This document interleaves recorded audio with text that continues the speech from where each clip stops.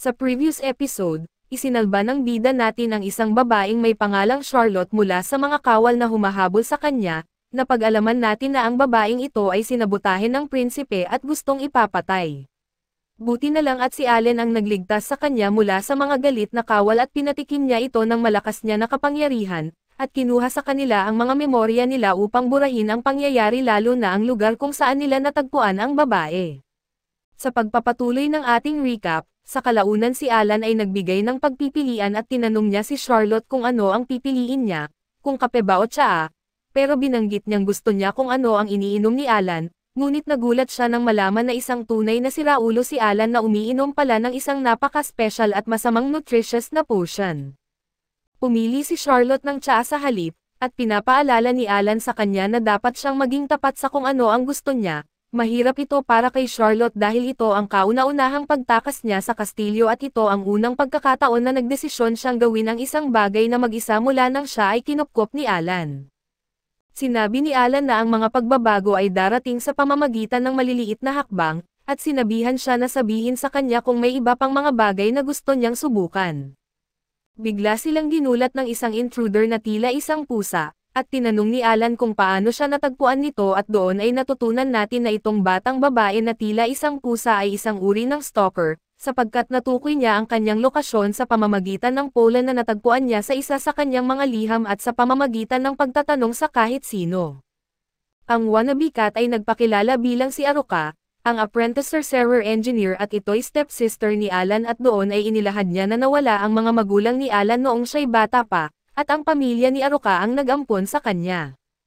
Nagtataka si Aruka kung ang babaeng blonde ay girlfriend ni Alan, ngunit pareho silang itinanggi ito at napapansin ni Alan na nahihirapan si Charlotte sa ideya na sinabihan siyang girlfriend ng isang taong hindi kasama sa lipunan na may mga makukulit na pag-uugali tulad niya, na isa rin sa mga matalino na sorcerer. Para sa ikakalinis ng kanyang pangalan, muli itong itinanggi ni Alan at nilantad ni Alan ang tunay na pagkakakilanlan ni Charlotte bilang isang kriminal na tumakas mula sa kalapit bansa. Nagtataka si Charlotte kung ano ang sinasabi nito, ngunit ipinaliwanag ni Alan na walang silbi ang pagtago ng lihim dahil malalaman rin ito ni Aruka sa lalong madaling panahon. Ipinaliwanag ni Alan ang buong sitwasyon, pati na ang mga bagay tungkol sa pagtuturo niya kay Charlotte kung paano maging makulit. Sinabi ni Aruka na laging mali ang akala niyang tanga si Alan, dahil ngayon ay nauunawaan niya na sobrang tanga pala nito. Sa kabila ng usapan nila, ang dahilan ng lahat ng ito ay dahil sa halip na pakainin si Charlotte at magpasuntok siya dito, dapat niyang ituro ang mga bagay na talagang nasisiyahan ang mga babae. Humingi ng paumanhin si Aruka dahil sa asal ng kanyang kapatid, subalit hindi maunawaan ni Charlotte kung bakit siya'y mabait kay Aruka, dahil sa kung iisipin ay hinahanap siya bilang isang kriminal.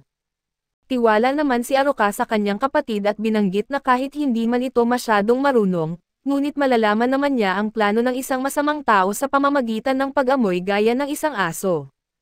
Ipinaliwanag ni Aruka na ang dahilan niya sa pagdating sa bahay ay para kunin si Alan at dalhin ito sa kanilang tahanan, ngunit sinabi niyang kalimutan na ang lahat ng iyon dahil gusto na niyang tulungan si Charlotte kung paano maging makulit. Ipinaliwanag ni Alan na mas angkop siya sa trabahong ito, subalit ipinaalala sa kanya ng kanyang kapatid na babae, na siya ay isang babae at maaring turuan niya ito ng mga bagay na hindi niya alam. Hindi sila nagkakasundo sa kanilang argumento, kaya't sumang-ayon silang magkaroon ng paligsahan upang malaman kung sino ang mas makakaturo ng mas maraming bagay kay Charlotte. Sa mga sandali pagkatapos, ipinakita ni Alan ang isa pang maliit na bahagi ng kanyang kapangyarihan sa pamamagitan ng simpleng mahika na nagpalit ng kulay sa buhok ni Charlotte. Sinabi ni Alan na kinakailangang ibalik nila ito sa kulay blonde kapag umuwi na sila, at ikinagulat ng mga babae nang sabihin niya na ito ay dahil mas gusto niya ang kulay blonde. Natapos na ang pag-aayos ni Aruka sa buhok ni Charlotte, at nagsimula na sila sa kanilang hamon at ang unang aral ni Aruka tungkol sa pagiging makulit ay kakaiba, at ito ay tungkol sa pag-aayos ng kanyang pananamit. Nararamdaman ng ating bida na labis siyang hindi komportable sa tindahan ng mga damit, ngunit tumanggi siyang umurong sa hamon at gayunman, sa halip na mag-focus sa pag-aayos ng pananamit ay naaalala niya ang isang alaala mula sa kanyang kabataan pagkatapos siyang inalagaan ng pamilya ni Aruka.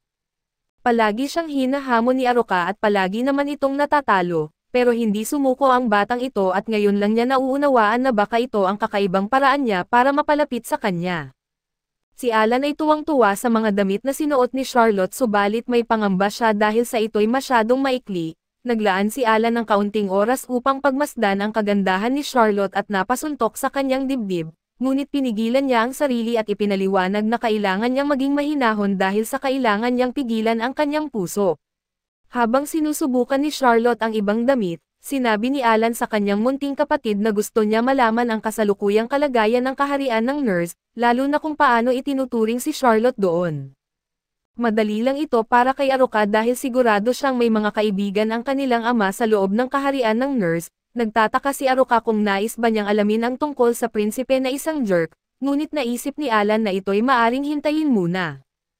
Ito ay nagpagulat kay Aruka kaya't ipinaliwanag ni Alan na bagamat interesado siya na malaman ang mga taong nagbibintang ng kasinungalingan kay Charlotte, at alamin pa ang higit patungkol sa kung paano ito trinato sa tahanan ng duke.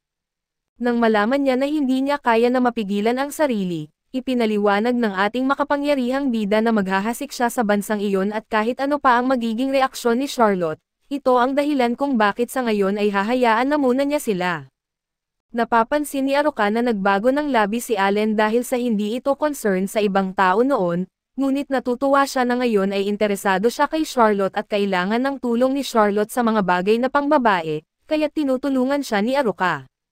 Pero doon ay nakita ni Aruka ang isang bagay sa likod ni Charlotte na nagulat siya, pagkatapos ay nakita ni Alan ang sumunod na suot niya kaso iniisip na baka ito ay medyo labis na malaswa.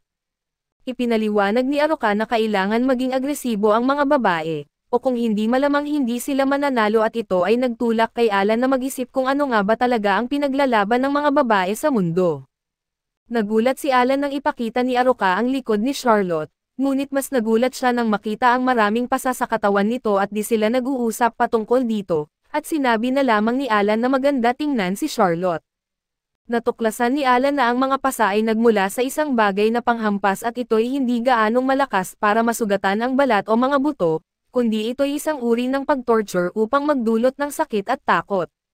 Pinagaling ni Alan ang mga pasa at sinabi na lamang niya kay Charlotte na ayos na ang nasirang bahagi ng damit na kanyang nakita. Napansin niya na ang pasa ay nawala sa simpleng mahika, na nangangahulugang hindi nila pinagaling ng maayos si Charlotte. Maaaring siya ay itinaboy dahil sa kanyang lahi, ngunit may mas masamang hangarin sa likod ng mga pasang iyon, napagtanto ni Alan na may kakaibang hinanakit sa kanya ang mga taong iyon at nagagalit siya na kung ano ang dahilan nila para masaktan nila ng ganon si Charlotte. Siya ay labis na nagalit at nagtanong kung ano ang pwedeng gawin niya para sa sitwasyon ni Charlotte. Binanggit niya kay Aruka na kalimutan na ang sinabi niya kanina at ngayon ay nais niyang tuluyan na itong tapusin. Nais niya ang tulong ni Aruka at si Charlotte ay ganap na walang kaalam-alam sa lahat ng ito gaya ng dati, at kaya't sinabi na lamang ni Alan kay Charlotte na may infestation ng book mites sa bahay ng kanilang mga magulang kaya't hiningi niya kay Aruka na patuyuin at ayusin ang mga libro sa ilalim ng araw. Si Charlotte na walang kaalam-alam sa totoong sitwasyon ay nagsabi na ayaw niya sa mga insekto, at marahil ay nagulat siya nang sabihin ni Alan na ayaw din niya sa mga ito, ngunit hindi pa natatapos ang kanilang hamon kaya't doon ay si Alan naman ang pipili ng susunod na damit. Si Alan ay na-overwhelm at pumili ng isang damit ng walang malay, ngunit nagulat ang lahat pati na siya mismo, nang makita niyang napili niya ang isang kakaibang kasuotan.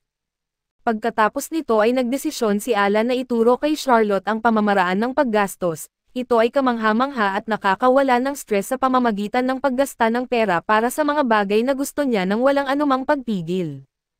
Nababahala si Charlotte para sa isang dahilan, ngunit dinala siya ni Alan sa isang munting tindahan na puno ng mga kakaibang kagamitan, sinubukan niyang makita kung may interes ba si Charlotte sa anumang bagay doon, ngunit nadismaya ang mga babae nang sabihin ni Aruka na wala siyang malasakit sa mga bagay na iyon.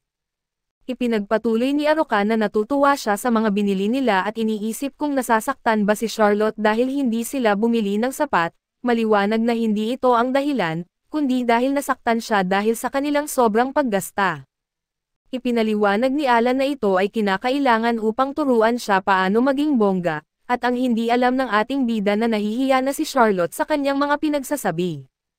Si Aruka bilang isang kapatid ay pinapaalala kay Alan na wala siyang alam sa magagandang bagay na gusto ng mga babae, at ang halos lahat ng kanilang binili ay dahil na rin sa tulong niya. Nagkakasagutan ang dalawa sa isang mainit na argumento ngunit si Charlotte na palaging positibo ay nagpapakalma sa kanilang dalawa. Sinasabi nila na ito'y bahagi na ng kanilang pang-araw-araw na buhay, ngunit binigyan sila ng aral ni Charlotte nang sabihin niyang ang pag-aaway ay hindi kakulitan, ito'y masamang asal lamang. Pumayag ang dalawa at naisip ni Alan na kahit pa siya'y nagsalita ng malakas kay Aruka kanina, ngayon ay napagtanto niyang siya ay nasa malaking disadvantage sa kanilang napagkasunduang hamon, ngunit bilang guardian ni Charlotte ay hindi siya pwedeng matalo kaya't ipinagpatuloy nila ang kanilang pamimili. Makaraan ang ilang oras, namangha si Aruka nang makita niya ang tungkol sa geek sa magical equipment sa isang magical wheelchair ng isang lalaking may mahabang buhok, at alam na ni Alan ang ganitong sitwasyon kaya't iniwan na lang niya si Aruka roon. Dinala niya si Charlotte sa isang tindahan kung saan may napansin siyang bagay noon, at ibinunyag na ito ay isang hair clip na magkatugma sa kulay ng kanyang mata. Nagulat ang tindero na sobrang mahal ang binayad ni Alan, ngunit ipinaliwanag ng ating bida na ito ay kabahagi ng kanyang patakaran na magbayad ng angkop na halaga para sa mabuting serbisyo. Inilagay niya ito sa buhok ni Charlotte at binanggit na gusto niya ito at ang ating bida na karaniwang walang emosyon, ay nakaramdam na tila may kakaiba siyang naramdaman sa kanyang puso, kahit na wala naman siyang inilagay na sumpa sa kanyang sarili. Ngunit biglang may lalaking bumangga kay Charlotte at nagalit dahil sa sobrang sakit ng tama, pinagsabihan niya si Charlotte na mag-ingat sa kanyang paglalakad, kahit malinaw na siya ang bumangga sa kanya. Ipinaliwanag ng lalaki na sila'y mula sa kilalang grupo na Guto, at mahinahon na ipinaliwanag ni Alan na wala siyang kaalaman tungkol sa kanila, ngunit nais niyang malutas ang problema ng mapayapa. Hindi natuwa ang mga miyembro ng Guto sa asal ni Alan at naisipan na lang nilang wakasan siya. Nagagalit si Alan at nagumpisang maglabas ng mahika dahil sa inilalabas ng mga ito na si Charlotte ang may kasalanan sa kanilang pagkabangga. Nais niyang magturo ng leksyon sa kanila, ngunit naalala niya ang mga sinabi ni Charlotte na ang pag-aaway ay hindi maganda at ito'y masamang asal lamang. Kumalma si Alan at biglang bumait at humingi ng paumanhin sa mga ito dahil sa abala. Tinanggap ng mga lalaki ang sorry ni Alan subalit may isang kondisyon, doon ay handang magbayad si Alan sa kahit anong halaga, pero hindi iyon ang gusto ng mga lalaki kung saan mas gusto nilang kunin nila si Charlotte at magiging sa kanila sa buong araw. Nagkamali ng malala ang lalaki dahil nawala na ang lahat ng pagiging magalang ni Alan, mas lumala pa ang ginawa ng mga lalaki at lumala din ang sitwasyon kaya't napaiyak si Charlotte sa takot. Ngunit ito ang nagudyok kay Alan na labis na magalit at sinira ang mga daliri ng isa sa mga lalaki, ang isa naman ay naglabas ng kanyang mahiwagang espada, kaya't lumapit ang mga tao at nagbigay ng payo kay Alan na tumakbo na lang. Ngunit labis na nagulat ang mga tao nang pinigilan ni Alan ang malakas na atake ng lalaki gamit lamang ang kanyang kamay, pinayelo nito ang sandata at sinuntok ang lalaking iyon. Puno ng galit, sinabi ni Alan na kung lalapit sila kay Charlotte gamit ang maruruming kamay nila, wawasakin niya sila hanggang sa wala nang matira sa kanila at namangha ang lahat sa kanyang galing, at nagpasalamat si Alan sa mga tao sa paligid para sa kanilang suporta. Ngunit agad niyang naisip na ipinangako niya kay Charlotte na hindi siya lalaban, at natakot siya na baka natakot na ito sa kanya pero ipinaliwanag ng babae na ayaw niya sa karahasan, ngunit kinilala niya na si Alan ay nagtatanggol lamang sa kanya. Dagdag pa niya na hindi siya natatakot kay Alan at ibinukas ni Alan ang mga mata sa pagkakarinig ng mga salitang iyon, at ang nasa isip niya ay baka aalis na lang bigla si Charlotte dahil sa ginawa niya, ngunit ngayon ay natutuwa siyang malaman na hindi nito siya kinaiinisan. Napangiti siya at napagtanto kung ito na ba ang pagbabago na sinasabi ni Aruka, labis siyang natutuwa na mukhang nawawala na ang kanyang pagiging mainitin ang ulo. Si Aruka ay nagmamasid sa kabuuan ng pangyayari at napagtanto na siya ay talo na sa kompetisyon. Na-realize niya na sa pagdating sa pag-ibig at romantic, si Alan ang dapat magturo kay Charlotte kaso biglang nagulat ang lahat ng mga tao nang magpakita ang isang napakalaking bagay. Malinaw na galit ito at sinabi na nagkaroon ng gulo ang kanyang mga kasamahan dahil sa kanila. Kaso dito na nagtatapos ang ating recap, maraming salamat sa inyong panonood hanggang sa muli.